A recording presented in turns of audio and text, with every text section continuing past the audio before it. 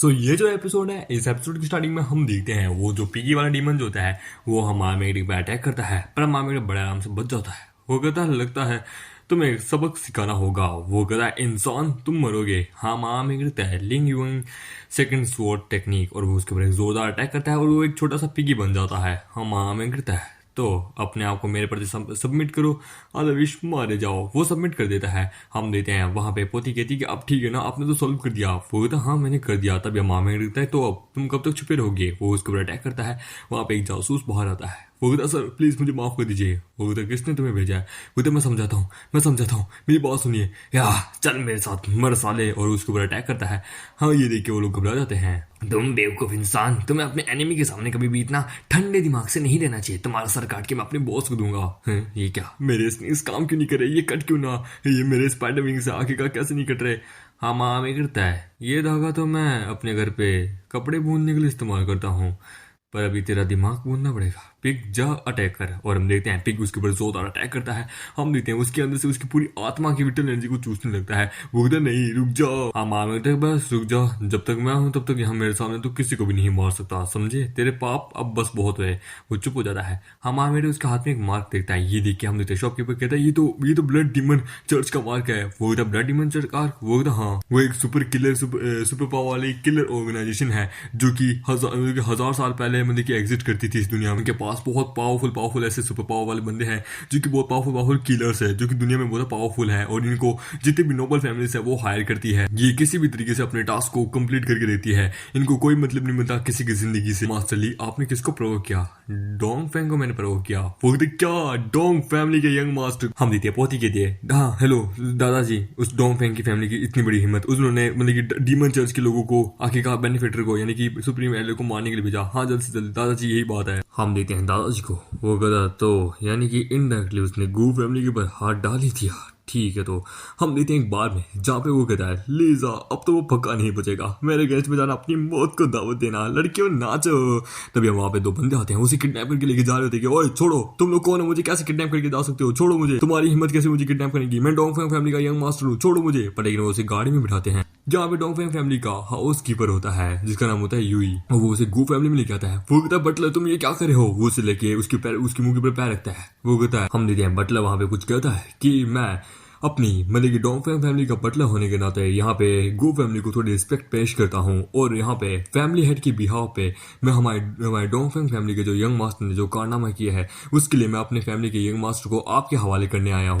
मैं अपनी फैमिली का बटलर अपने फैमिली के हेड के मतलब कि बिहाव पे आप लोगों से माफी मांगता हूँ, प्लीज इसे माफ कर दीजिए। वो कहता है ठीक है, तो कोऑपरेशन हम दोनों की फैमिली के बीच में लूज कभी नहीं होगी अब जब तक ये बंदा यहाँ पे है। पर आई हैव होप कि तुम्हारी फैमिली का ये नालायक सन मतलब कि ये यंग मास्टर अपने बिहार पे समझ जाए, इसे अकल ठिकाने आ जाए। वो टेंशन मत लीजिए, ये नालायक अपनी अकल को जल्द ही ठिकाने लाएगा। मैं जानता हूँ इसने किस बड़े हाउस को मतलब कि ऑफेंड किया है, और जब तक ये अपनी गलती मान नहीं लेता, स्वीकार नहीं लेता और अपने आप को बदल नहीं लेता तब तक ये हमारे घर में यानी कि डोंग फैंग फैमिली में इसका आना मना है। अभी वहाँ पे टियांग जेन आता है। वो कहता है ग्रांपा ने कहा है कि यदि आपकी फैमिली में वापस अगर कोई हमारे बेनिफैक्टर को तो आप हमारे गू फैमिली के इनडायरेक्टली एनिमी बन जाएंगे।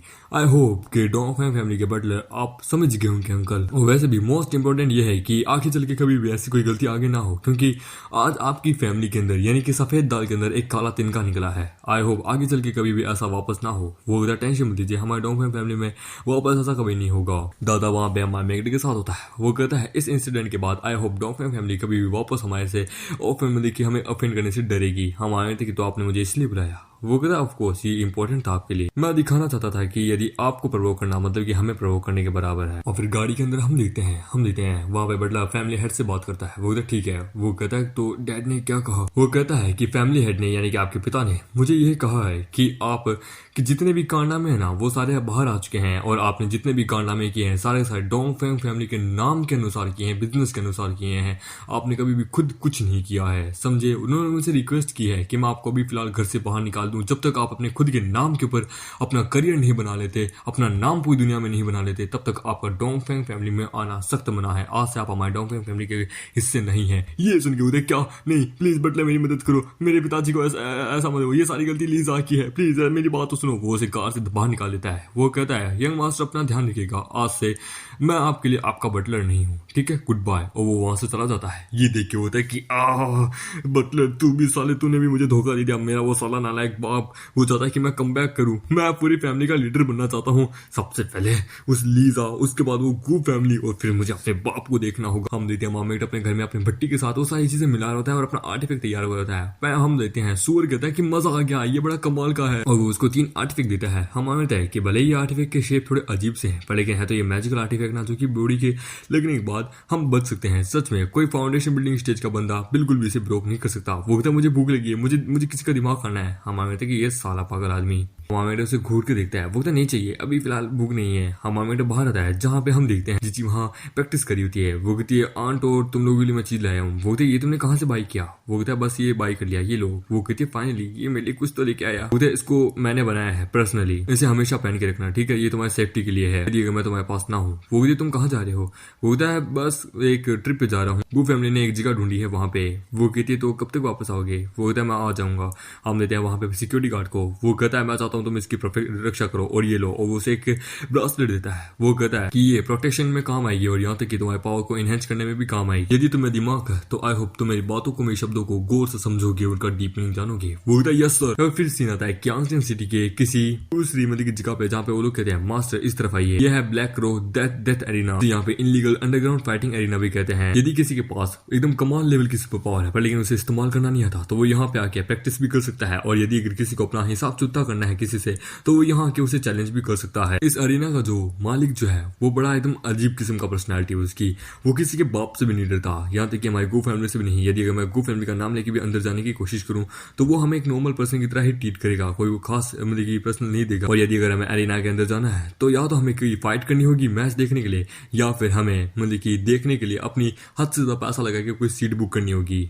मानते कि एक काम करो, तुम दोनों पार्टिसिपेट करो इसके अंदर। वो उधर हम दोनों, पर ठीक है हम दोनों मंजूर है, आई होप कोई प्रॉब्लम तो ना हो इसके अंदर। पर लेकिन मास्टर अगर इस तरह है तो हमें ड्रीम्स के अंदर जाने के अंदर थोड़ा डिले करना होगा। वो उधर उसकी टेंशन मत लो। हम देते हैं बहन कहती है कि टेंशन मत लो, अब यहाँ पे फील फ्री आइए, क्योंकि अगर एक बार हमने इसे पार कर लिया तो उसके बाद हम ड्रीम्स के अंदर भी जा सकते हैं। वो कहता है क्या तुम लोग पक्का ही कहना कि तुम लोग डेथ मैच के अंदर जाके जीत सकते हो? हम देते हैं भाई कहता है कि मेरी जितनी पावर है आई थिंक मैं बस एक मैच जीत सकता हूँ, पर लेकिन भी पूरा श्योर नहीं हूँ। पर बहन का मुझे नहीं पता, क्योंकि ये भी लो लेवल की है, इसकी सुपर पावर मतलब की आइस वाली है और वो इस पूरी तरीके से प्योर भी नहीं है। बहन कहती है हाँ पर लेकिन मैं कोशिश करती हूँ, दिन रात प्रैक्टिस करती हूँ, टेंशन मत लो, हम दोनों साथ में लड़ेंगे, मैं तुम्हारी जान बचा लूंगी। हाँ मामेट कहता है, मामेट कहता अपने मन में कि अपने पहले के टाइम में यदि किसी की जान के ऊपर आती ना तो सबसे पहले व्यक्ति अपनी जान बचाता, फिर चाहे कल्टीवेटर कितना ही पावरफुल क्यों ना हो। पर लेकिन इस लड़की का इंटेंशन, इसका दिमाग देख के लगता है ये सच में बहुत प्योर और बहुत पावरफुल है, चलो इसकी मदद करता हूँ। वो इसे पकड़ता है, वो कहते बेनिफिक्टर ये हम आमिर के पास रुको, और हम देते हैं वो उसके एक्यूपेंचर्स को दबाता है जिसके कारण उसे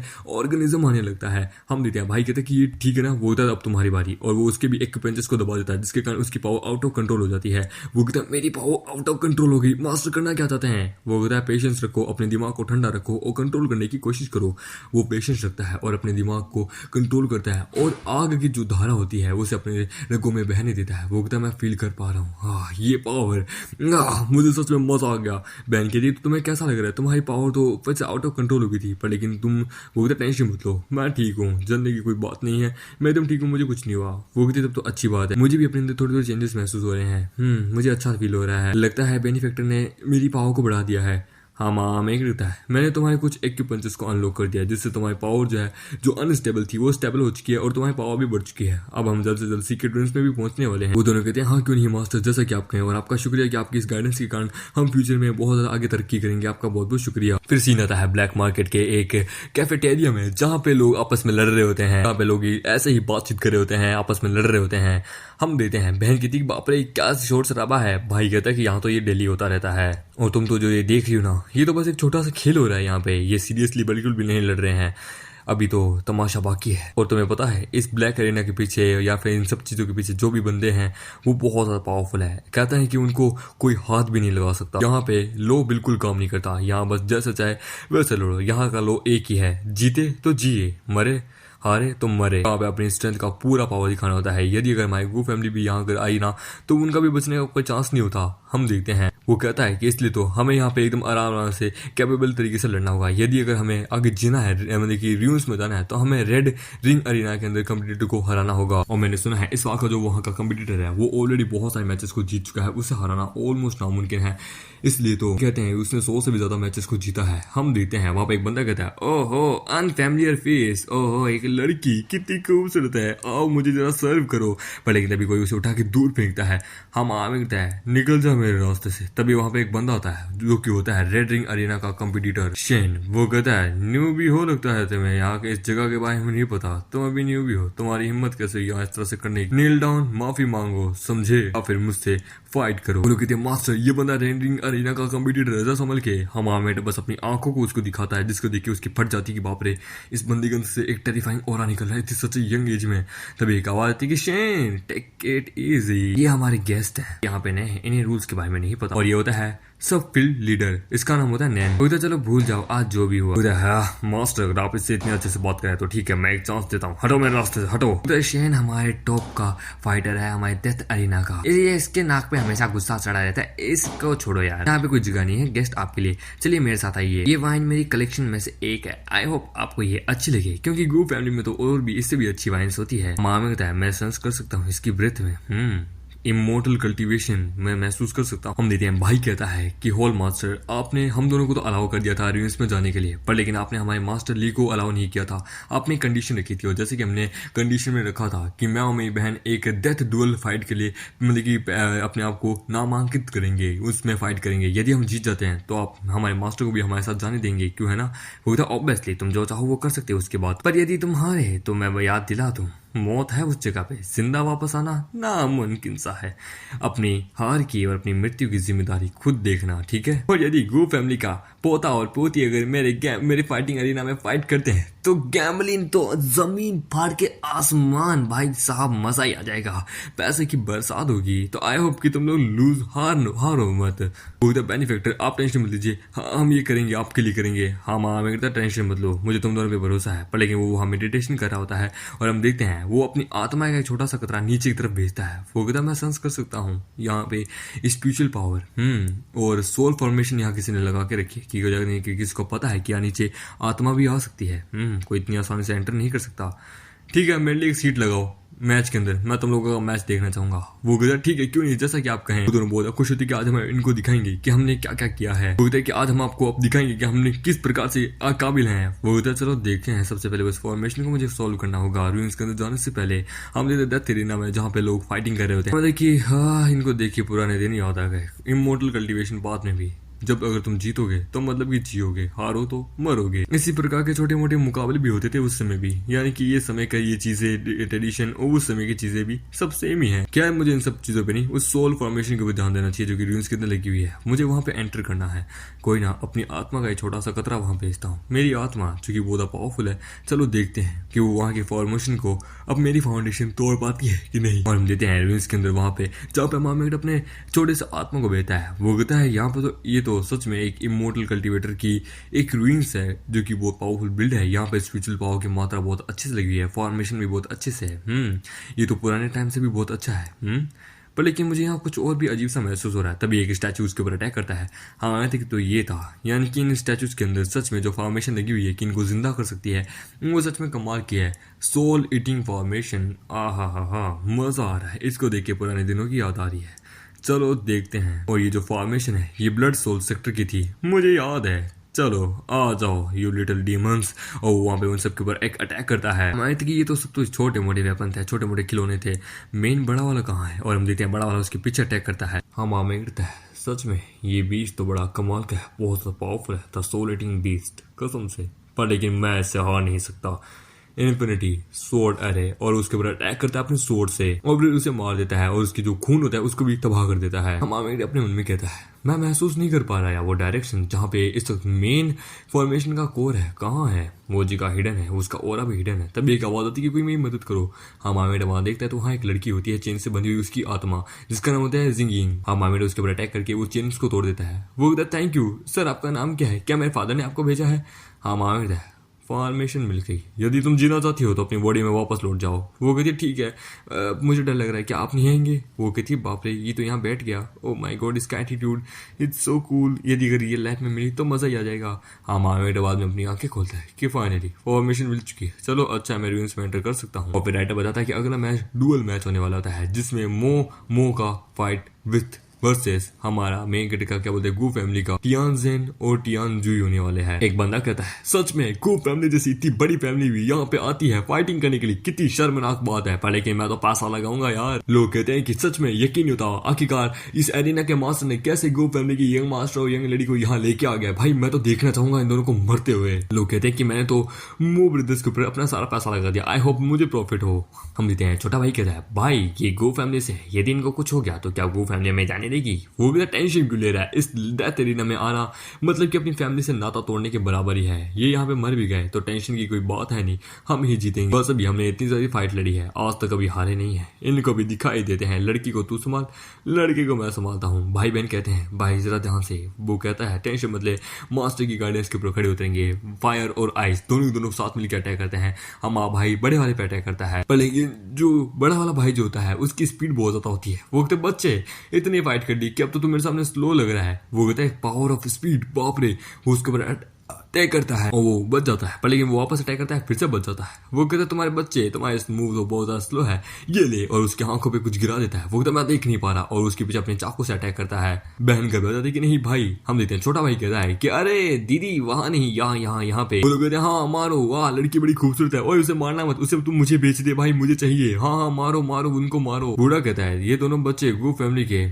मुझे तो समझ नहीं आ रहा इन्होंने टेक्निक सीखी कहाँ से। सच में ये लोग तो ऐसा लग रहा है खेल रहे हैं, पर आई थिंक ये अपनी जिंदगी भी गवा बैठेंगे। हमें देता है ये तो ऑलरेडी डिसाइड हो चुका है कि क्या होने वाला है। वो लोग कहते हैं तो मैच का रिजल्ट सामने आ चुका है। अमीर खानदान के लोग हमेशा बस अपना पैसे पे डिपेंड रहते हैं, उनके अंदर पावर तो होती नहीं है। हमें देखो भाई कहता है तुम लोग को जजमेंट हमेशा गलत ही रहता है, सभी को तुम एक जैसा क्यों समझते हो। वो कहते हैं क्या भाई वहां पे अपनी पूरी पावर दिखाता है कि मैं अपनी मास्टर की गाइडेंस पे खड़ा उतरूंगा, और उनके ऊपर एक जोरदार फायर का अटैक करता है। वो वहां पे बड़े भाई को जला के खाक कर देता है कि ये क्या मेरा पॉइजन इसके ऊपर काम क्यों नहीं किया। हम वो कहता है छोटा सा पॉइजन मेरे को कभी हर्ट नहीं कर सकता। वो कहता मास्टर की सच में ट्रैशलेस फायर कसम से काम आएगी, सच में उसने तो एक पॉइजन को भी मिटा दिया मेरे अंदर से, कमाल की बात है। ये देखिए छोटा भाई कहता है ये क्या भाई, पर लेकिन वो भी बर्फ में दम जाता है। बहन कहती है कि सुनो सुनो सुनो यहाँ भी देखो जरा, और वो अपनी आइस की स्वॉर्ड बनाती है। वो कहती है चलो मैं देखना चाहूंगी पावर किस लेवल पे है, और वो दोनों भाई बहन मिलके उन दोनों को हरा देते हैं, और रिजल्ट आता है कि दोनों भाई बहन जीत गए, गो फैमिली जीत गई। ये देखिए लोग कहते हैं कि क्या ये कैसे, यार मैं सब कुछ खो बैठा इन मू फैमिली के ऊपर, यार मैं कुछ भी नहीं यहाँ जीता। यार ये अमीर फैमिली के लोग तो ना केवल पैसे में अमीर है, पावर भी इनके अंदर, बाप रे इन्होंने तो सरप्राइज कर दिया। दोनों बहन भाई कहते हैं कि सच में आपका बहुत बहुत शुक्रिया मास्टर। वो कहता है मेरा कुछ नहीं है, ये सब कुछ तो तुम्हारी खुद की सोच, तुम्हारी खुद की कॉन्फिडेंस पे डिपेंड करता है। यदि तुम्हें विश्वास हो तो तुम सब कुछ कर सकते हो। वो कहता आपका शुक्रिया मास्टर। वो कहता मुझे अभी शुक्रिया मत बोलो, आगे चल के बोलो। यदि तुम मेहनत इसी प्रकार से करते रहते हो और अपने पर विश्वास रखते हो तो तुम सब कुछ पा सकते हो। वो कहता जैसा कि आप कहेंगे हम वैसा ही करेंगे। तभी वहां आता है मिस गू, मास्टर गू, कांग्रेचुलेशन आप दोनों जीत गए। आप दोनों की परफॉर्मेंस तो बड़ी कमाल की थी, सच में आप लोगों ने तो बड़ा आग ही लगा दी। आप लोगों ने जिस हिसाब से अपने पावर पे कंट्रोल किया है वैसा तो कोई भी नहीं कर पाया। मास्टर नैन प्लीज इतने मीठे शब्द मत बोलिए, हजम नहीं हो रहा। वैसे भी अभी समय आ गया हमारी कंडीशन को पूरा करने का। वो कहता इतनी जल्दबाजी भी क्या है मास्गू, मैं आपका वादा पूरा करूंगा, बट लेकिन रेड रिंग अरीना का जो कॉम्पिटिटर है उसने मास्टर ली को यानी कि मिस्टर ली को चैलेंज किया है, और आपको पता ना चैलेंज तो मारना पड़ेगा ही। वो कहता है कि तू साले कमीने आखिरकार तुम्हारा प्रॉमिस पूरा नहीं करा, साले तू इनको डेथ मैच में भेजना चाहता है, ये बिल्कुल भी अलाउ नहीं है। वो कहता है देखिए रूल और रेगुलेशन के अकॉर्डिंग अलाउ है, यदि कोई कॉम्पिटिटर किसी को चैलेंज करता है तो उसे एक्सेप्ट करना पड़ेगा, अदरवाइज वो यहाँ पे आना उसका बंद हो सकता है। यदि अगर मैं रूल्स को ब्रेक करता हूँ तो फिर मैं अपने सुपीरियर्स को क्या एक्सप्लेन करूंगा कि मास्टर ली ने क्या कहा। हम मेरे की कोई प्रॉब्लम नहीं, मैं जाऊंगा। वो कहता पर लेकिन वो कहता ये अपॉर्चुनिटी रेयर है, मैं देखना चाहूंगा कि आखिरकार बंदे में क्या दम है। वो लोग कहते हैं ठीक है जैसा कि आप कहें। हम रेड रिंग में जाता है। लोग कहते हैं कि देखिए कंपटीटर आ चुका है मिस्टर ली। हम कहते हैं कि ये ब्रासलेट एक मैजिकल आर्टिफैक्ट है जो कि मेरी कल्टीवेशन पावर को ऑलमोस्ट सप्रेस करता है, वाह एकदम बेकार। हम देते हैं वहां पे कंप्यूटर पे बैठे लोग कहते हैं कि हे भगवान इस बच्चे का क्लियर है क्या, इसका लेवल क्या है, एबिलिटी लेवल से भी अबो है क्या, इसका मैं करंट लेवल भी नहीं देख पा रहा, ना ये मैनिपुलेटर पे है ना ये एबिलिटी पे है, अबे ये किस पे है आखिरकार, व्हाट द हेल। वो कहते हैं कि इसका पावर बता रहा है अबो मैनिपुलेटर पर, लेकिन वास्तव में इसका पावर बता रहा है एबिलिटी एबिलिटी लेवल 9 पे। अबे क्या है, ये बच भी पाएगा क्या? देखते हैं ब्लड डीमन से बच पाता है कि नहीं। हम देखते हैं वो अंदर जाता है जहां पे अनाउंस कहता है। तो dear ladies and gentleman, excited होके बैठ जाइए, हमारा कंपटीटर है ली ज़ांग यहाँ आ चुका है और उसके सामने अपोनेंट है हमारे यहाँ का underrated fighter, red ring arena का कंपटीटर डीमन ब्लड लूशन। सभी लोग लूशन का नाम चिल्ला रहे होते हैं। वो लोग कहते हैं कि ये बंदा तो आज गया, काट डाल साले को, फाड़ डाल। वो कहता है कैसे हो बच्चे, नाइस टू मीट यू। वहाँ पे गेम स्टार्ट हो जाता है। वो कहता चल मैं तुझे दिखाता हूँ कि मैं क्या करता हूँ, और वो उसके ऊपर अपने ब्लड से अटैक करता है। हाँ माँ में करता है inner spiritual power the blood thing. ये एकदम वैसा ही है। मेरी दुनिया में, मेरे वर्ल्ड में भी कभी ऐसा हुआ करता था, पर लेकिन मेरे डिफेंस बैरियर को तोड़ना नामुमकिन है। वो कहता है defence barrier power, let's see कब तक होल्ड ऑन कर पाते हो। उसके ऊपर अटैक करता है। वो कहता है नाउ माय टर्न, और वो चट्टानों को मैनिपुलेट करके उसके ऊपर अटैक करता है। वो कहता है रॉक पावर, बाप रे ये बंदे के पास कितनी पावर है। वो वापस अपने ब्लड से अटैक करता है। पर मामे कहता है नाउ माय टर्न, और उसके ऊपर जोरदार अटैक करके उसे दूर फेंक देता है। लोग कहते कि ये क्या मास्टर शेन, आखिरकार ये कैसे, वो नील डाउन कैसे करके, मार डालो इसे। वो कहता बॉय मैंने तुम्हें कुछ ज्यादा ही अंडरस्टिमेट कर दिया, पर अब मैं तुम्हें अंडरस्टिमेट नहीं करूंगा। और उसके ऊपर एक पत्थर उठा के फेंकता है। वो हमारे उस पत्थर को रोकता है, पर पत्थर के अंदर मतलब ये खून होता है। ये देख के वो कहता है वाह वाह वाह, सच में मैं देख सकता हूँ, क्या बात है, इसकी बॉडी इसका सबसे बड़ा डिफेंस है, मैं मानता हूँ, नॉट बैड नॉट बैड। वो कहता है बच्चे तुझे पता है मुझे यहाँ का अंडररेटेड फाइटर, यहाँ का सबसे one of the most powerful, the blood king of demon क्यों कहता है? क्योंकि मैं one of the most powerful हूँ, आज तक कभी हारा नहीं हूँ। हम मामे के मुंह से खून निकलता है और हम देखते हैं वहाँ पे एक जोरदार धमाका होता है। वो लोग घबरा जाते कि नहीं मास्टर आप ठीक है ना। लोग कहते हैं कि हाँ हमें जानते थे आखिरकार नैन ये किस प्रकार के फाइटर को लेके आए हैं। ये बच्चा तो एकदम बेकार है, ये यहाँ पे मिस्टर शेन के हाथों यहाँ लड़ने आया था, ये मरने आया था। भाई कहता है कि नहीं सब खत्म हो गया मास्टर, वो नहीं बच पाए, अब मैं ग्रैंपा को क्या जवाब दूंगा। कहता भाई टेंशन मत, वो हमारे बेनिफिक्टर है, उनको कुछ नहीं होगा। वो कहता है कि ये क्या ब्रॉडकास्ट में अब तक ये आया क्यों नहीं कि मैं जीत गया। हाँ में कहता है मैं मानता हूँ जितना सोचा था तो उससे ज्यादा ताकतवर है। ये देखिए होता है कि क्या, हाउ कुड बी पॉसिबल। वो कहता है एवरीथिंग कैन बी पॉसिबल, तुम्हारा अटैक बड़ा कमाल का था पर मेरे बराबर नहीं। ये देख के होता है कि क्या मुझे और खून चाहिए, ये ले साले। पर लेकिन तभी मामेडो उसके अंदर अपनी नीडल्स गुजार देता है। वो कहता है ये क्या है नीडल, मैं अपनी बॉडी को सुपर पावर यूज नहीं कर पा रहा। वो कहता है now my turn, the game is over, the strong young sword, और उसको अपनी तलवार से अटैक करता है। और वहां उसके चारों खाने चित। लोग कहते कि क्या हुआ, मिस्टर शेन अचानक से गिर कैसे गए। अनाउंसर कहता है तो विनर डिसाइड हो चुका है इस बैटल का। हमामे गिरता है फीलिंग फाइट की बड़ी कमाल की थी, पर लेकिन वाह पुरानी वाली तो बात ही अलग थी। और वो होता है ली ज़ांग। हमारे देखिए चलो रियून्स पे जाने का समय आ गया। वो लोग कहते क्या शेन हार गया, हाउ कुड बी पॉसिबल, ये कैसा, मेरा सारा पैसा चला गया, ये ली नाम का बंदा है कौन, बाप रे ऐसा बंदा हमने जिंदगी में नहीं देखा। एक चश्मे वाला बंदा कहता है तुम मरेगा ली ज़ांग। वो कहते बेनिफिक्टर आप तो बड़े कमाल के, सच में आपने तो बड़े आराम से उसे हरा दिया, बाप रे। पर लेकिन हमें तो चिंता होने लगी थी, सच में आप तो बड़े कमाल के हो मास्टर, आप तो सच में हमारे मास्टर कहने के लायक है, सच में आप तो बहुत पावरफुल है। वो कहता है फ्यूचर में इन सब चीजों को अच्छे से याद रखना। वो कहते क्यों नहीं मास्टर, आपकी हर गाइडेंस को हम याद रखेंगे। हमारे की शेन सच में बड़ा कमाल का था, सच में उसकी बॉडी ताओइस्ट बॉडी थी, मैं मानता हूँ, पर लेकिन बेचारा टिक नहीं पाया। वहां पे लीडर आके कहता है मिस्टर ली आप तो बड़े कमाल के हैं, सच में आपने डिफेंस और अटैक दोनों पे अच्छे से फाइट किया, सच में आप हमारे यहाँ के रेडिंग अरीना के नए फाइटर क्यों नहीं बन जाते, मैं आपको एडमायर करता हूँ। वो कहता है वहां पे पोता कि arena master please I hope कि आप हमारे मतलब की सौदे को भूले ना। वो कहता बिल्कुल भी नहीं, आपके लिए जगह तैयार है, ये रही रिम्स में जाने की जगह, यहाँ से जब नीचे जाएंगे तो हम पहुंचेंगे। वो लेके जाने लगता है। वो कहता सॉरी बट मैं जानना चाहूंगा कि आप इस जगह के अंदर जाना क्यों चाहते हैं। वो कहता पता नहीं, हमारे मास्टर का कुछ अलग इंटेंशन है, वो यहाँ पर्सनली उनका कुछ रीजन है, आप बस हमें गाइड कीजिए। वो कहता नहीं मैं ऐसे ही पूछा हूँ क्योंकि सभी लोग कहते हैं कि यहाँ पे एक मौत हुई थी, वो थी मेरी प्यारी बेटी की, एक्सीडेंटली वो इस होल के अंदर चली गई थी और फिर वो यहाँ पे कभी वापस नहीं आई क्योंकि उसकी आत्मा यहाँ ट्रैप हो गई, बस उसकी मैं बॉडी को ही लेके आ पाया। मैंने अपनी पूरी जिंदगी का सारा पैसा बर्बाद कर दिया पर लेकिन मैं उससे जगह नहीं पाया। मिस्टर ली आप, मैं देख के बता सकता हूँ, आप अगर अब और ज्यादा मेहनत करें तो पूरी दुनिया में आपका ही दबदबा होगा। कोई डाउट नहीं है कि आप बहुत पावरफुल है, पर यदि अगर आप जिंदा वापस नहीं आए तो प्लीज मुझे माफ कीजिएगा। वो कहता है तुम्हारी बेटी टेंशन मत लो, वो ठीक है, जाओ जाके उसे देखो। वो क्या वो ठीक है, एक आवाज हम देते हैं, उसको कॉल आता है कि मिस्टर शेंग मिस्टर डेंग मिस को होश आ गया। वो कहता मेरी बेटी उठ गई, वो कैसी है। वो कहता इस बंदे को कैसे पता, इसने मेरी बेटी को जान बचाई। वो कहता सब कुछ ठीक हो चुका है, जाओ मैं रूम्स में जा रहा हूँ। अपनी बेटी को जाके कंपनी दो, उसे बाप की जरूरत है, समझे? मैं चलता हूँ। नित्या पोती कहती कि मिस्टर शेन तो बड़ी कमाल के हैं, इनको इनकी बेटी के बारे में पता था, सच में बड़े कमाल के, इन्होंने तो उसको बिना छुए रेस्क्यू भी कर लिया। हुआ क्या? वो होता ये आके कहा बड़े पावरफुल है, इनकी मैजिकल पावर, इनकी पावर मैं मेंशन भी नहीं कर सकता। और फिर सीना था हॉस्पिटल में जहाँ पे हम देते हैं शेन को। वो कहता मैं हार कैसा सकता हूँ? बिल्कुल भी नहीं। डॉक्टर कहता तुम हिल नहीं सकते, तुम्हें इंजर्ड हो। एक आवाज आती है, तुम्हारा दुश्मन कोई कॉमन मैन नहीं था, वो ली जोंग था। क्या तुम अपना बदला लेना चाहोगे? मेरे दोस्त, मैं तुम्हारी मदद करूंगा। और ये और कोई नहीं, ये होता है डोंग फैंग, ये कमीना आदमी।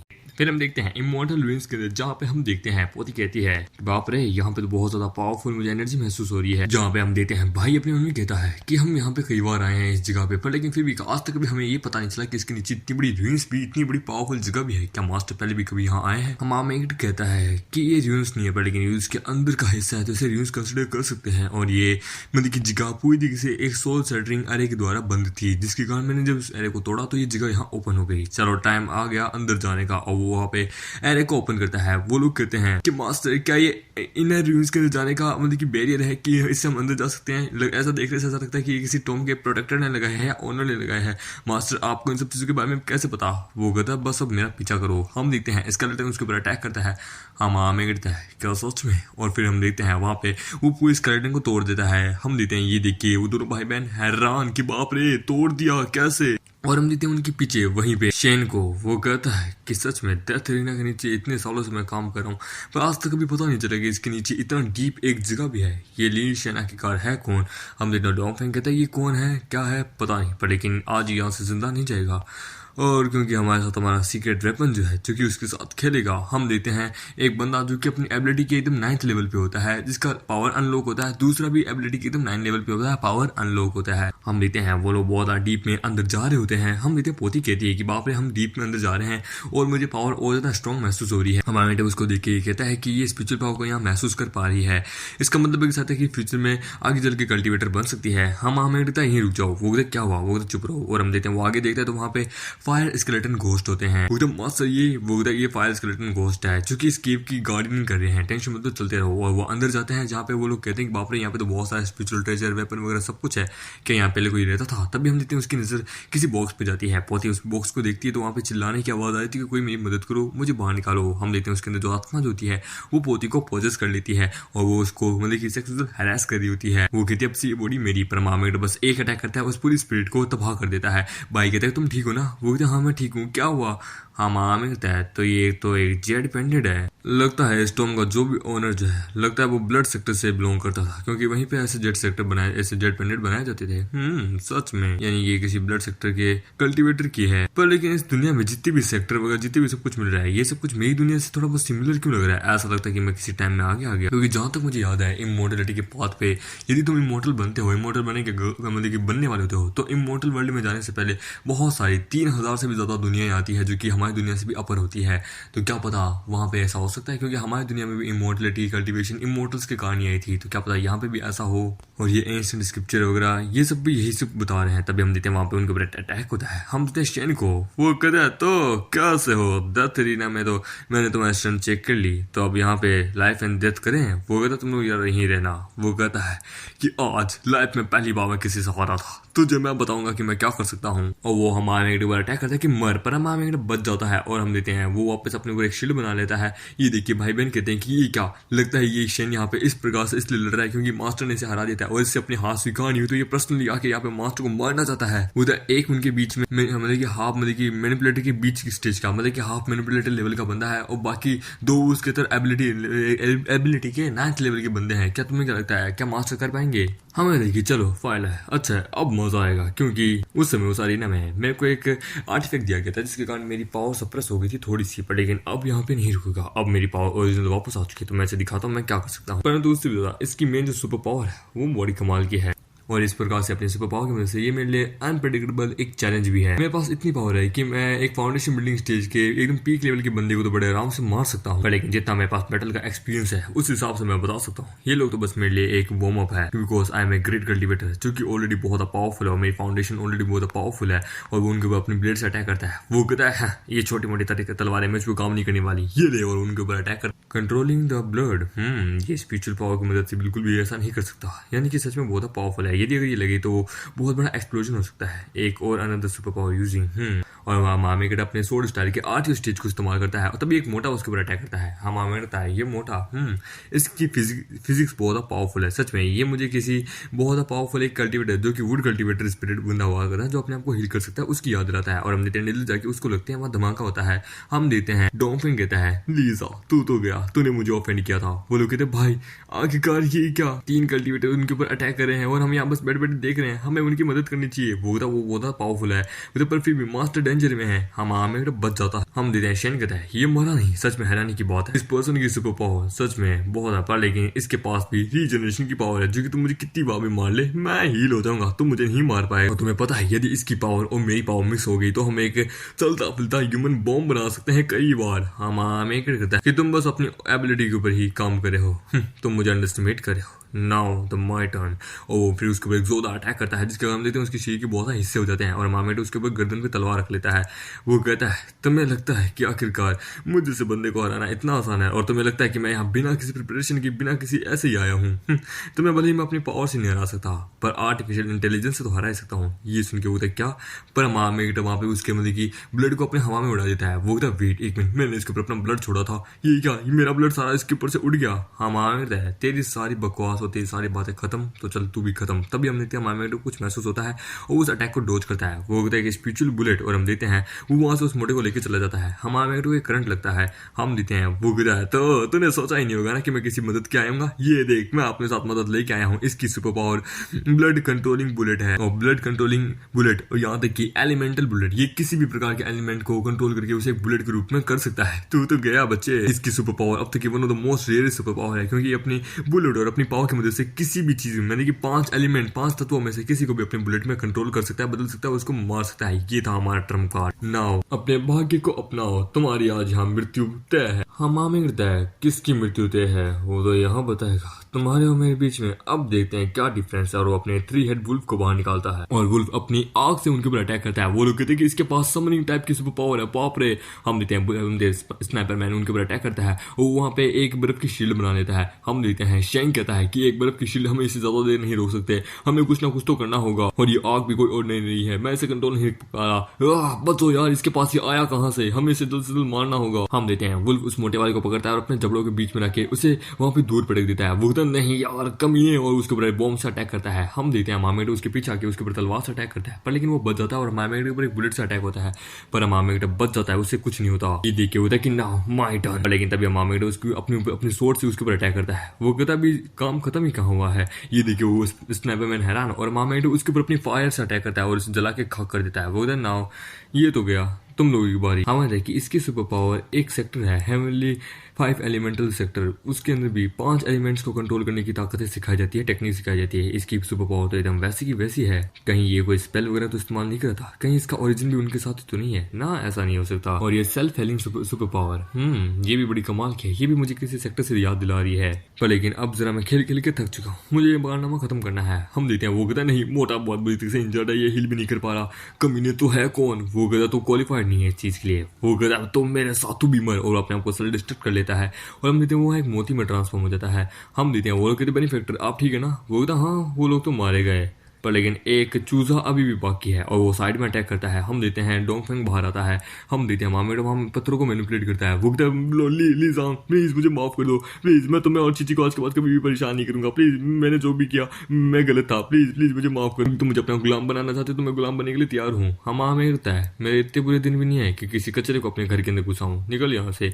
वो और नीचे जाने लगता है। वो कहता तुम्हारा शुक्रिया। हम देते हैं वो लोग कहते कि ये जा रहा है, आखिरकार इसने जाने क्यों दिया, पक्का ये वापस कुछ ना कुछ तो करेगा ही करेगा। हम देते हैं वो कहता है लीजा के बच्चे एक नंबर का बेवकूफ, मुझे जाने देना मतलब अपनी मौत को दाव देना। पर लेकिन तभी हम देते हैं वहां पे कुछ ईविल स्पिरिट्स आती है और उसे पोजेस कर लेती है, उसे खाने लगती है। वो कहता है लीजा के बच्चे। भाई कहता है ओहो मैं समझ गया था, मैं समझ गया, बेनिफैक्टर इसको इसके कर्मों की सजा खुद ही लेने देंगे, क्योंकि कर्मा हमेशा सच कहता है, कर्मा घूम फिर के वापस जरूर आता है। वो अपना हाथ गंदा नहीं करना चाहते थे इसके ऊपर, और वो लोग भी नीचे आते हैं जहाँ पे सामने उनकी तरफ एक स्केलेटन हेड के अंदर वहां पे एक तलवार होती है। हाँ माँ में करता है कि मैंने इससे कभी फाइट नहीं की है, पक्का इस जगह पे वो कैद होगा।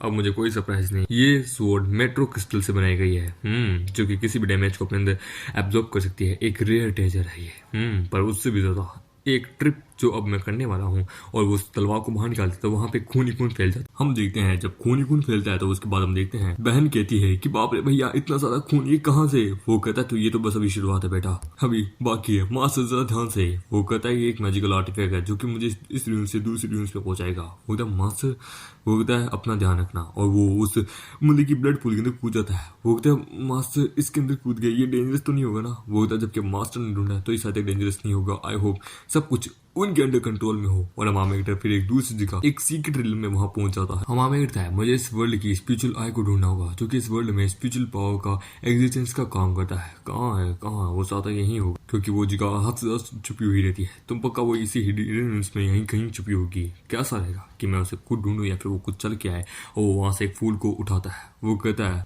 ये फ्लावर सूताओ फ्लावर है, जो कि केवल उसी जगह उगता है जहाँ पे स्पिरिचुअल पावर की मात्रा हद से ज्यादा हो। लगता है सर यहीं कहीं आसपास है। चलो उसे तोड़ता हूँ, इसे पता लगाता हूँ कि कहाँ है। और उसे तोड़ के पता लगाता है और हम देखते हैं वो उस जगह पहुंच जाता है जहाँ सामने एक मैदान होता है।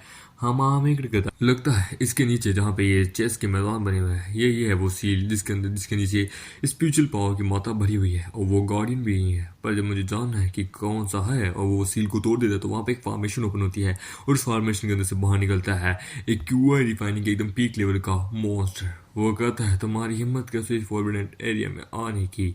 हमामे कहता है एक इनकार्नेशन मॉन्स्टर जो कि अपनी क्यूआई रिफाइनिंग के एकदम पीक लेवल पे है। सच में हमामे उसे पूछता है कि तुम्हें यहाँ किसने ऑर्डर दिया था यहाँ पे रखवाली करने के लिए। वो कहता है तुम जो भी हो यहाँ से चले जाओ, नहीं तो मरो मेरे हाथों। और अपनी सेकंड फॉर्म में आके हमामे के ऊपर अटैक करता है। हमामे कहता है सच में ये ताकतवर है, पर इसकी कॉन्शियसनेस एकदम उसी हिसाब से सेट की गई है जैसे कि इस दुनिया में किसी अलार्म को सेट किया जाता है। जिस भी पर्सन ने इसे यहाँ पे स्पिरिचुअल आई को गार्ड करने के लिए छोड़ा होगा वो पर्सन सच में इसे यहाँ सील करके गया है। मुझे नहीं पता कि वो पर्सन कौन है, क्या है उनका अदर प्रपोजल, पर लेकिन वो स्पिरिचुअल पावर को यहाँ सील करके करना क्या चाहता है, और इसके ओरा को जो मैं फील कर सकता हूँ सील के अंदर। और यदि अगर मुझे सील को तोड़ना है तो फिर मुझे इसे हराना होगा। और रेनडियर वाला भी उसके ऊपर अटैक पे अटैक कर रहा होता है, पर मामेट बच रहा होता है और अपने स्वॉर्ड को, अपनी टूटी हुई स्वॉर्ड को उसके ऊपर फेंकता है। हम देखते हैं उसके मुंह के ऊपर कट मार के कम मार देता है, पर लेकिन वो तब भी कहता है कि तुम्हारी इतनी हिम्मत, मरो मेरे हाथों। और उसके ऊपर वापस अटैक करता है।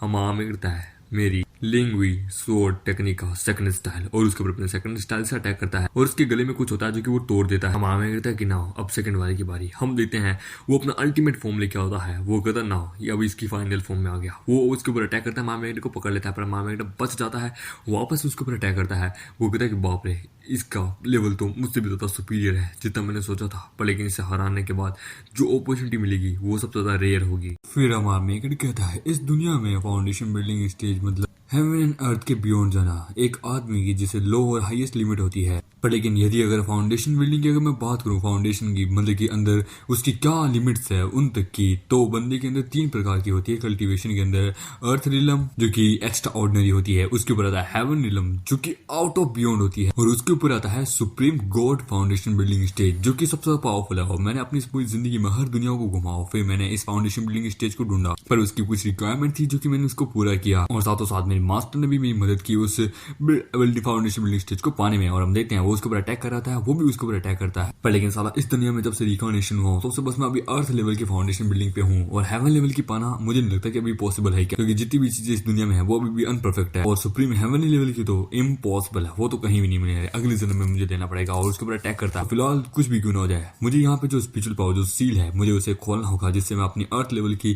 फाउंडेशन बिल्डिंग को स्टेबलाइज कर सकूं। मैं नहीं मानूंगा आओ। और उसके ऊपर अटैक पे अटैक करता है। उन दोनों के बीच में ऐसे घमासान युद्ध चल रहा होता है, और मामी वहां पे किसी फॉर्मेशन को सील को ओपन कर देता है। वो उधर चलो आई मुझे मिल गई है, बस इसे तोड़ने की देरी है। फिर देखो वो जो ये हेवनली डाउ बॉडी जो है ये इस पूरी सील की पावर को एब्जॉर्ब कर रहा है, स्पिरिचुअल पावर को, जिससे मेरी पावर बढ़ रही है। मेरा फाउंडेशन बिल्डिंग बहुत स्ट्रॉन्ग बनता जा रहा है। चल आ जा, मैं तुझे दिखाता हूँ कि कौन कितना पावरफुल है। और मामी उसको हराने लगता है कि नाउ माय टर्न, और वो अपनी टूटी हुई तलवार से उसका एक सींग काट देता है, पर लेकिन वो भी इसके ऊपर अटैक करता है।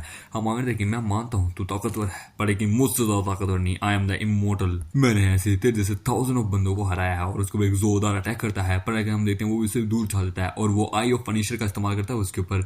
हम आमिर है तुम मुझे कुछ ज्यादा ही यहाँ करे हो, और हम देखते हैं वो साइड में फिर खड़ा होता है और फिर वापस बाहर निकल के उसके ऊपर अटैक करता है, पर लेकिन वो भी उसके पीछे से अटैक करता है। वो कहता है तुम मुझे कभी नहीं हरा सकते, तुम्हारा फाउंडेशन अब तक सही ढंग से स्टेबलाइज भी नहीं है। और हम देखते हैं वो वापस अपनी आई ऑफ पनिशर का इस्तेमाल करता है, पर हम आमिर बड़े आराम से बच जाता है और उसका ब्रेक थ्रू हो जाता है। वो फाउंडेशन बिल्डिंग स्टेज पे पहुंच जाता है। वो कहता ना हो, मैं अब अपनी ट्रू स्ट्रेंथ दिखाऊंगा, और उसे बर्फ में जमा देता है, पर लेकिन वो बर्फ तोड़ के उसके ऊपर अटैक करता है। पर मामिटर प्लग जबती उसके पास आ जाता है। वो कहता है नहीं नहीं नहीं, अभी तो खेल शुरू हुआ है, और वो अपने बहुत सारे क्लोन बनाता है कि now the game is over, और बहुत सारी तलवार की स्लैश उसके ऊपर मारता है, जिससे हम देखते हैं उसे खत्म कर देता है। हम आमे करता है ना, मुझे पता था यहाँ की स्पिरिचुअल पावर बाहर आ चुकी है, पर लेकिन ये बॉडी सच में स्पिरिचुअल एरे को भी बड़े आराम से एब्जॉर्ब कर सकती है। सच में मेरा फाउंडेशन बिल्डिंग अब और भी कैपेबल हो चुका है। अब मैं अर्थ लेवल से 20 तक बियॉन्ड धीरे जा सकता हूँ, जैसे कि मैं अपनी पुरानी जिंदगी में गया था। और फिर वो वहाँ के कोर को ढूंढ लेता है। वो कहता है सच में यहाँ पे बहुत सारी मिस्टीरियस चीजें हैं जो कि मुझे और ज्यादा ताकतवर बनाने में मदद करेगी। ये दुनिया बाकी से अलग है,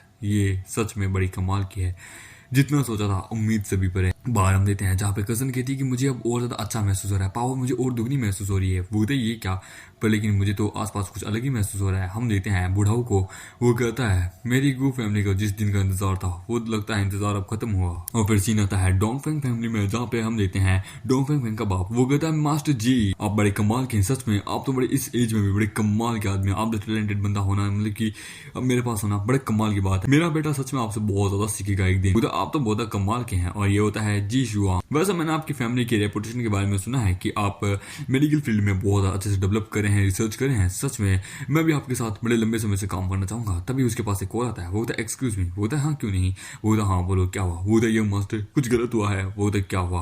वो होता है उनका लाइफ डिटेक्टर बंद हो चुका है, यंग मास्टर मारे गए। वो होता अच्छा ठीक है मैं देख सकता हूँ। वो होता क्या हुआ। वो होता नहीं कुछ नहीं, बस टेलीकॉम में थोड़ी सी प्रॉब्लम आ गई थी, ज्यादा कुछ नहीं। इस वक्त सबसे मेन बिजनेस है, हम लोगों का मतलब कि आपस में बिजनेस बहुत ज्यादा अच्छे से करेगा और हम लोग दुनिया में अपना नाम बनाएंगे। ब्रदर जी इस वक्त मुझे थोड़ा सा काम है तो मैं अभी आता हूँ। वो हाँ क्यों नहीं। और हम लेते हैं बाहर। वो कहता है कि गो वैंग तूने मेरे बेटे को मार डाला, मेरी डॉग फैमिली उस ऑर्गेनाइजेशन को बस एक बार ज्वाइन कर ली, उसके बाद एक मैं तेरी गो फैमिली को तबाह कर दूंगा। और मामेटा फिर दूसरी जगह पे वहां पे उस फॉर्मेशन को एब्जॉर्ब कराता है। वहां पे एक बक्सा आता है और हम देखते हैं उस बक्से से एक बिल्ली निकलती कि फाइनली मैं आजाद हो गई। ओ माय गॉड, एक हैंडसम सा बंदा जिसके पास दावी हेवनली लेवल का फाउंडेशन बिल्डिंग की बॉडी है। वाओ, ऐसा कसम से मेरे कहीं नहीं देखा। ये तो मेरा डाउ कंपेनियन बनने के काबिल है। पर लेकिन मामेटो उसे दूर कर देता है। ये देखिए क्या इंसान तुम मुझ पे अटैक कर रहा है, आज तक कभी किसी ने मुझ पे अटैक नहीं किया, मैं तुझे एक चांस देती हूँ, मुझसे माफी मांग। हाँ मामेटो कि शू शू दूर हो जा, सुख पाएगी, नहीं तो याद रखना तुझे कुचल के रख दूंगा। वैसे भी मैं महसूस कर सकता हूँ तो एक स्पिरिचुअल पेट है, मैं देख सकता हूँ। वो कहते हैं स्पिरिचुअल पेट किसको कहता है। हम दीदी मामा वहां से उठ के जाने लगता है। वो कहते हैं तू कहाँ जा रहा है, मैं हूँ द फेमस केट। वो कहता है हाँ तो मैं क्या करूँ, मेरी क्या तुम माँ लगती है या बहन लगती है। वो कहते कुछ नहीं आंटी लगती हूँ, मैं बहुत पावरफुल जो हूँ। हाँ मामा कहता है तो पावरफुल है तो मैं क्या करूँ, यदि अगर तुम पावरफुल हो तो तुम उसके अंदर सील कैसे हो गई। वो कहता है वेल एक लंबी कहानी है, वो खाना देख रही थी, बक्से में गिर गई, बंद कर दिया मुझे किसी ने।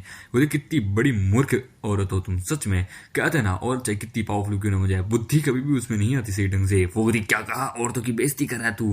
माँ में वो और से अटैक करती है और फिर उसके ऊपर चढ़ जाती है। वो कहती तो क्या तुम मेरे साथ एक रात गुजारना चाहोगे, मैं तुम्हें एक अच्छी सी जन्नत दिखा दूंगी, आओ ना तुम मेरे डाउ कंपेनियन बन जाओ। भले ही चाहे तुम एक हेवनली फाउंडेशन बिल्डिंग के मतलब बंदे क्यों ना हो, पर लेकिन तुम मेरे सामने नहीं टिक सकते क्योंकि मैं फाउंडेशन बिल्डिंग स्टेज की मिड ग्रेड की बंदी, मेरा चार्म वगैरह सब तुम पे काम करेगा।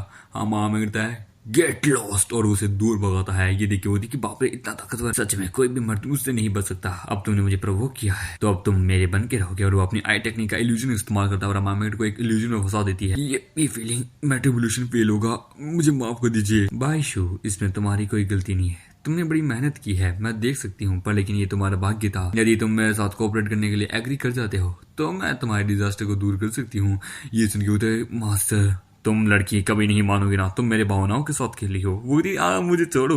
ओह नो, यानी कि तुम मेरे चार्म में, मेरे इल्यूजन में नहीं आए तो क्या मैं तुम्हें फॉलो करूँ। हाँ मामिर है, यदि तुम बचना चाहती हो तो मेरी मदद करो यहाँ से बाहर निकलने में। वो क्यों नहीं। और हम देते हैं बाहर जहाँ पे बहन कल्टीवेशन करी होती है। वो कहता है कि बहन क्या हुआ, तुम्हें तो सुपर पावर अचानक से बढ़ गई, कैसे। वो तो मुझे नहीं पता, अचानक से बस मुझे कुछ पावर मुझे महसूस हुई और मैंने एब्जॉर्ब किया और मैं ताकतवर बन गई। वो क्या इतनी आसानी से। भाई मैं मैं क्या कहूँ। तभी हम देते हैं हमारा रिएक्शन होता है। वो कहते हैं ये क्या, देखो बेनिफैक्टर आ गए। वो कौन है उनके साथ है? वो कहते हैं मास्टर, ये लड़की कौन है? वो कहते ओह मैं इनकी वाइफ हूँ। और फिर सीन आता है घर का, जहाँ पे हम देखते हैं वो खाना खा रही होती है। ये देखती कि क्या सच में ये मास्टर की वाइफ है? मुझे यकीन नहीं होता। वो कहती खाना बड़ा टेस्टी है। मामा ये कहता है जब से मैं बाहर आया हूँ मैं महसूस कर सकता हूँ स्पिरिचुअल पावर की मात्रा थोड़ी बढ़ चुकी है पहले से भी ज्यादा। मतलब कि मुझे अगली स्पिरिचुअल पावर सी लोकेशन ढूंढनी होगी, रूइंस मुझे दूसरी ढूंढनी होगी। वो कहती है मास्टर माँ एक लेवल 4 की कल्टीवेटर बन गई। वो कहता है बस बढ़िया थे, मेहनत करते रहो। और तुम्हारा क्या? वेल मैंने अभी तक सही से कल्टीवेशन किया नहीं, जिसलिए मैं आगे नहीं बढ़ पाया। बाय द वे मास्टर, आपको पता है ना डोंगफेंग युआंग वो मारा गया है। अब आपको पता है ना डोंगफेंग फैमिली को पता चला तो वो इतनी आसानी से जाने नहीं देगी। मिस जी मिसिस लियू, आपको पता है ना। आप बोले तो मैं उनको गु फैमिली में ले जाऊँ? वो तो नहीं जरूरत नहीं है, मैं हूं ना तब मैं देख लूँ। और वर्जिन आता है एक बिल्डिंग पे जहाँ पे वो कहता है मैं ऑलरेडी अभी एक पर्सन के साथ मतलब की मिला हुआ हूँ, तुम अपने घर जाओ सारे कमीने। वो कहता है इम्पॉसिबल, मैं एक प्रोफेशनल असासिन हूँ, तुम मुझसे दूर नहीं जा सकते। वो कहता है कभी हम भाई हुआ करते थे पर लेकिन मैं तो उससे लड़ना नहीं चाहता। वो कहता पर मुझे लड़ना है साले कमीने। और उसके ऊपर अटैक करता है और वो बच जाता है अपनी शील्ड बना के, पर लेकिन वो अपनी तलवार को उसके आप कर देता है। वो कहता है मत बोल, ये तो बस मेरा होमवर्क है। तेरे पास मेटल की पावर है और सेम एट्रीब्यूट मेरे पास भी है, पर लेकिन मेरे काम करने का तरीका थोड़ा अलग है। मेरे पास कोड इज मेटल है, मत बोल। और उसके ऊपर अटैक करता है। वो कहता है कोड इज मेटल, जो कि मेरी कमजोरी है। और उसके ऊपर अटैक करता है कि नाउ तेरा खेल खत्म करने की बारी आ गई यू वॉच डॉग। वो कहता है आजा वापस साले। और हम देते हैं दूर से ये सब कुछ बिल्ली और मामेटे देख रहा होता है। वो कहते हैं अनएक्सपेक्टेबल, सच में दो बंदे यहाँ पे लड़ रहे हैं, बच्चों का खेल चल रहा है। तो इस दुनिया में सुपर पावर काम करती है, मैजिकल पावर की तरह है ये तो थोड़ा सा। हे बिग गाय, क्या तुम्हें डर नहीं लगता कि वो उसे हरा देगा? क्या तुम उसकी जान नहीं बचाओगे? वो कहता है बिल्कुल नहीं, एक वॉरियर हमेशा खुद सब कुछ करता है। यदि उसे बैकअप की जरूरत पड़ गई तो मतलब कि वो वॉरियर कराने के लायक नहीं है। एंशिएंट टाइम में कल्टीवेटर्स अपना मैटर खुद सुलझाते थे, ना कि किसी और की मदद लेते थे। वो कहता बड़े कोल्ड हो तुम। यदि अगर मैंने इसकी मदद की तो फिर ये मुझ पर मतलब की पूरी तरह से निर्भर हो जाएगा, ये मेरे नेक्स्ट कदम पे कभी चलने के काबिल नहीं रहेगा। वो कहता ना तुम्हारा डिफेंस यूजलेस है मेरे अगेंस्ट में। वो कहता तो वो कहता मर तो साले। वो कहता है मैं नहीं मरूंगा। वो अपने बचपन की याद करता है। वो कहता है गु तुमने वो कॉमिक फिर से पढ़ ली? वो कहती हाँ मामा देखो मैं भी एक दिन एक बड़ा होकर एक सुप्रीम इमोर्टल बनूंगा या फिर एक प्रोटोगनिस्ट। वो कहती हाँ बेटा तुम्हारा जन्म ही प्रोटोगनिस्ट बनने के लिए हुआ है, मुझे पूरा यकीन है। वो कहता मैं बनूंगा। और हम देखते हैं वो उस कड़े का इस्तेमाल करता है। और हम देखते हैं वो कहता है मैं ताकतवर बनूंगा। ये देखिए होते कि क्या ये क्या मेरा मेटल काम ही क्या। और हम देखते हैं वो अपनी पावर को बढ़ाता है और उसका लेवल अप हो जाता है, वो 10 लेवल पे पहुंच जाता है। वो क्या लेवल अप कैसे, इतनी जल्दी तुमने अपने आप को इंप्रूव कैसे किया? वो कहता है दैट्स अ सीक्रेट। और उसके ऊपर एक जोरदार अटैक करता है। और हम देखते हैं उसके सारे कपड़े फट जाते हैं, वो दूर जाके गिरता है। वो तो साले मारना तो वैसे मार ले, साले कपड़े नंगा करके क्यों मारा, ये बेइज्जती है मेरे लिए। वो होता तो बस इसी बेइज्जती के साथ तो मैं तुझे मारना चाहता हूँ, ये ले। पर लेकिन तभी मामेटो उसे रोक देता है। वो कहता मिस्टर ली, वो कहता कांग्रेचुलेशन तुम्हारा लेवल अप हो गया, मैं सब कुछ देख रहा था। वेल इसी तरीके से अगर ट्रेनिंग करते रहे तो तुम आगे चल के और भी बहुत पावरफुल बन जाओगे। वो था ये सब कुछ आपके गाइडेंस के कारण हुआ है, सच में आपने मुझे बहुत मोटिवेट किया। वो था इनके अगर अंडे में रहा तो सच में मैं बहुत आगे बढ़ूंगा। वो ठीक है जरा रास्ता दो। वो कहता है मैं एक प्रोफेशनल किलर हूँ, मैं तुम्हें कुछ नहीं बताऊंगा। मैंने कब कहा मुझे तुझसे कुछ जाना है, तू खुद बोलेगा। हम देखते हैं कि ठीक है तुम मुझ पे छोड़ दो इसे, आ जा। और हम देखते हैं वो एक इल्यूजन में होता है। वो कहता है ये क्या मेरा मिशन, मैं कहाँ हूँ? वो कहती कुछ मत बोलो मैं हूं ना। और ये होती है आंट में। वो कहती है कैसे हो मेरे बाबू? वो कहता आंट में आप तो अब्रॉड में थे ना, यहाँ कैसे? वो कहता ऑफ कोर्स मैं वापस आ गई तुम्हें रिवॉर्ड देने के लिए, तुम एक हायर ऑफिशियल हो और तुम अपने दुश्मनों को बड़ी बेरहमी से मारते हो जैसे कि मैंने तुम्हें सिखाया था। अगर तुम इस मिशन को नहीं करते तो मुझे नहीं लगता कि लीजा कभी मरता गया। तुम ही हो जिसने लीजा को मारा है, लीजा आर डेड। और तुमने बहुत अच्छा कंट्रीब्यूट किया तो तुम्हें एक रिवॉर्ड तो देना बनता ही है। और वो उसका बम्बू अपने मुंह में ले लेती है। वो कहता है ये सब तो मैं आपकी गाइडेंस के कारण और लीडर की गाइडेंस के कारण आंट में आखिरकार आप लोगों ने तो मुझे एक प्रोफेशनल किलर बनाया था इस दुनिया का, ये मेरा ड्यूटी थी कि मैं मदद करूं।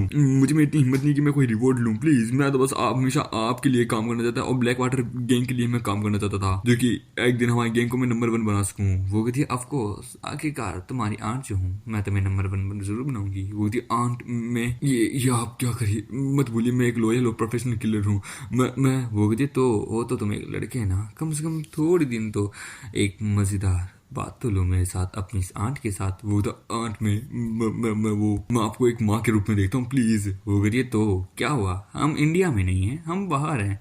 स्टेप मदर फ्रेंड तो तुमने देखी ही होगी ना, इसीलिए। वो तो आंट में वो तो ये लास्ट मोमेंट है हमारा, वो तो लास्ट। और हम देखते हैं वो उसका सर धड़ से अलग कर देती है और हम देखते हैं वो मर जाता है। ये देख के वो हम देखते हैं वो कहती है बड़ा क्विक बड़ी आसानी से खेला इसके साथ। ये देख के वो कहता है कि बाप रे ये बड़ी आसानी से मर गया। वो कहती है लीजा इसको एक ऑर्गेनाइजेशन ने भेजा था जिसका नाम था ब्लैक वाटर गैंग और एक पर्सन है जिसका नाम है आंट में, जिसकी औकात वहाँ के लीडर के बराबर की है। वो द ब्लैक वाटर गैंग, ठीक है, डील करना इतना आसानी है, पक्का डोंगफेंग फैमिली ने भेजा होगा। ठीक है, मैं समझ गया। हम लोग चल के वहाँ पे जरा चेकआउट करके आते हैं। हम देते हैं ब्लैक वाटर गैंग पे, जहाँ पे लोग वहाँ पे कुछ सामान उठा रहे थे। वो कहते ये क्या चीज आखिरकार है। चलो छोड़ो, हमें तो अपने सामान को गाड़ी में फेंकना है। वैसे भी मूव फैमिली हमारे रास्ते में आ रही है।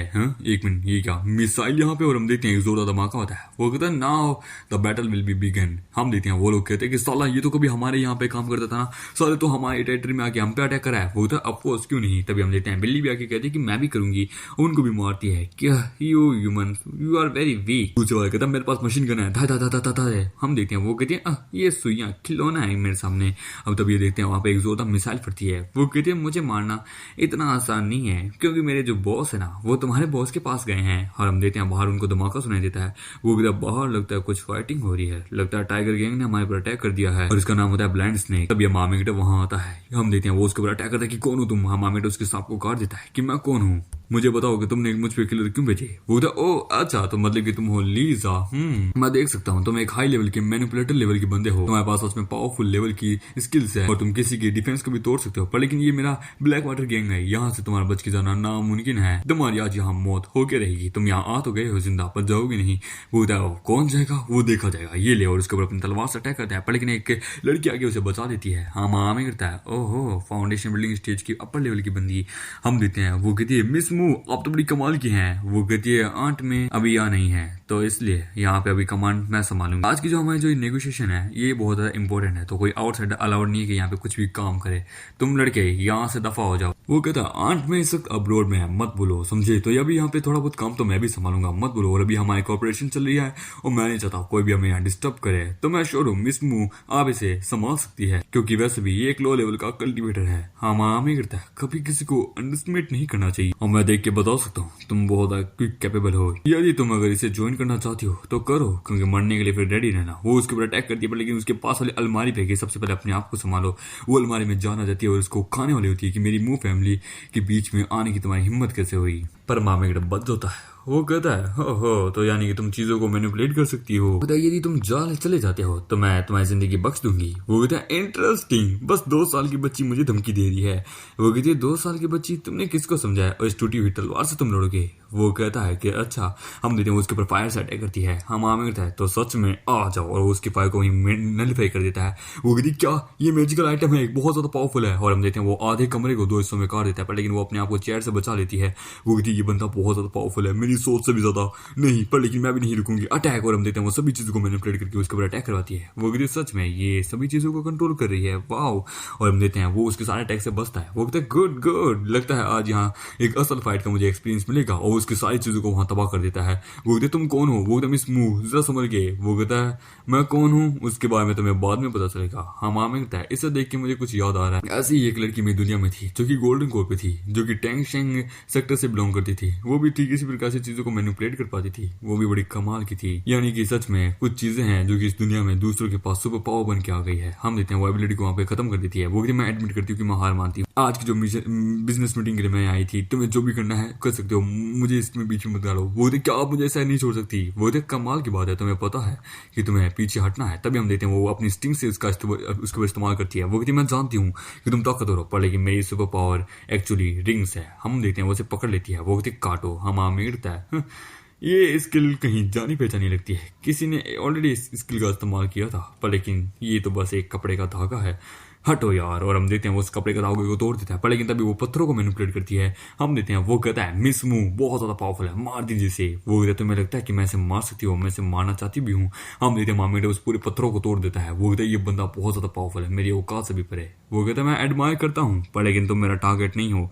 जिंदा रहना चाहती हो तो सामने से हट जाओ, नहीं तो कुत्ते की मौत मारूंगा। वो ये बंदा कोई और नहीं लगता, ये बहुत पावरफुल है, इसकी आप अपनी फुल स्ट्रेंथ का इस्तेमाल कीजिए। वो कहता तुम्हें क्या लगता है कि मैं क्या करी उस वक्त। ये बंदा सोच से भी बियॉन्ड है, नामुमकिन। और मामेट वहां बड़े आराम से आता है। वो कहता है कुछ नहीं, ये तो हल्का फुल्का वार्म अप था, रास्ते से हट जाओ नहीं तो तुम्हारा सर मेरे घर के अंदर होगा।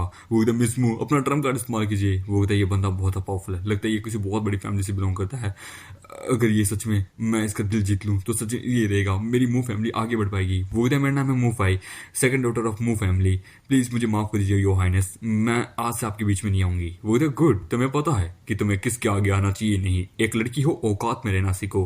वैसे तो लड़कियों में दिमाग नहीं होता इस कलयुग की, पर लेकिन तुम में है, तुम्हें पता है क्या करना है। वो कहता है यस योर हाइनेस, मैं समझ गई, मुझे माफ कीजिएगा। ये देखिए वो क्या, प्लीज ऐसा मत कीजिए। वो कहता है देखो मुझे सिचुएशन का पता नहीं है, तो बस बीच में आ गई थी खेलने के लिए। ये अगर मेरी अगर मेरी मुंह फैमिली पे कोई आंच आती है तो मैं अपने बाप को भी मारने के लिए तैयार हूँ, पर लेकिन यहाँ पे ये फाइट मेरी मुंह फैमिली की नहीं है तो मैं फाइट बीच में नहीं आऊंगी। वो कहता नहीं ऐसा नहीं कर सकती, प्लीज मुझे मत मारना, नहीं तो आंट में तुम्हें नहीं छोड़ेगी, डोंग फैंग फैमिली तुम्हें नहीं छोड़ेगी। वो कहता है वो दोनों तो ऑलरेडी तबाह होने के काबिल है, मर साले, और उन दोनों को मार देता है। और सीन आता है हम दूसरी तरफ जहाँ पे बेटी को वो कहती है वो बेनिफैक्टर वो लड़का बड़ा कमाल का था यार, जब तक मैं उठी तब तक वो चला गया था। ओह माय गॉड, क्या मैं उससे प्यार कर बैठी हूँ, क्या मेरे उसकी शादी होगी, क्या हमारे कभी उसके बच्चे होंगे। हम देखते हैं वहाँ पे बाप आता है। वो कहता है सबसे पहले अपने कॉलेज पे ध्यान दो, अपनी यूनिवर्सिटी में, समझे। उस बंदे का नाम लीजा है, समझे, और गू फैमिली का उसके पीछे सपोर्ट है, उसका फ्यूचर लिमिटलेस है बच्ची। पर लेकिन तुम बताओ। वो कहती डैड आप ये क्या कह रहे हैं। वो कहता डोंट वरी, मेरी टेंशन मत लो, लीजा जो भी है वो बड़ा कमाल का है, उसका फ्यूचर ब्राइटलेस है, फ्यूचर में उसकी जरूर मुलाकात होगी तुमसे। और हम देते हैं उसे मार देता है। तभी उसके साथी आते हैं। वो कहते कौन हो तुम। नहीं हमारा भाई। वो कहता तो तुम लोग मुझसे लड़ना चाहोगे।